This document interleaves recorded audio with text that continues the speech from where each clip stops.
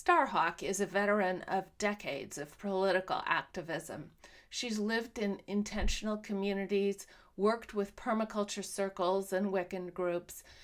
In her book, The Empowerment Manual, she's distilled these decades of experience down into specific tools for working with people, particularly grassroots community groups. Starhawk describes 5 different roles that people habitually play within groups.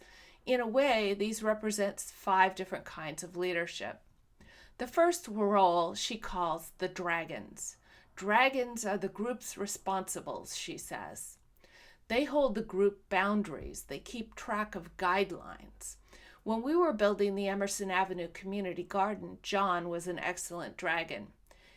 He kept track of where the water lines were beneath the surface. He knew how wide the paths had to be. He understood the regulations for ADA access. He kept everyone on track by reminding us of these numbers and firm guidelines.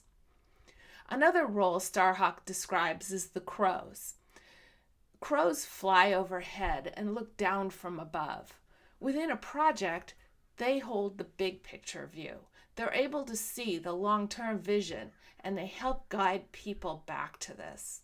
I tend to be a crow type within a group, a crow type of leader. It used to be that I'd look around a gathering and think, where are all the other leaders? I was looking for fellow crows, people like me. I'd failed to realize that a group needs all these kinds of leaders, all of these approaches, in order to be a healthy and functional group. A group that was all crows wouldn't be very functional. So Starhawk's model helped me understand that we need that diversity of approach. Another role that Starhawk describes is the snakes. Snakes crawl along the ground and they look up. They see the underbelly of the project. Snakes are excellent at troubleshooting, at finding the holes in a project. Sometimes this news can be uncomfortable to hear. However, it's important to realize that it's best to discover the holes while you're working with the initial idea, rather than when your project gets out to the client or the end user. You wouldn't want them to be the one to discover the holes. The graces are an important role on the project. Graces bring enthusiasm and energy to the project. They're like the project cheerleaders. They're the ones who keep everyone excited and are great at greeting newcomers and enrolling them in what the group is doing. On the Emerson Avenue Community Garden project, Dorothy was an exceptional example of the graces. She would greet everyone and introduce them around and help them find their place within the workday. Now, Starhawk arranges these 4 roles in a mandala at north, south, east, and west poles. In the center of her mandala, she offers another role, the spiders. What do spiders do? Well, they weave webs.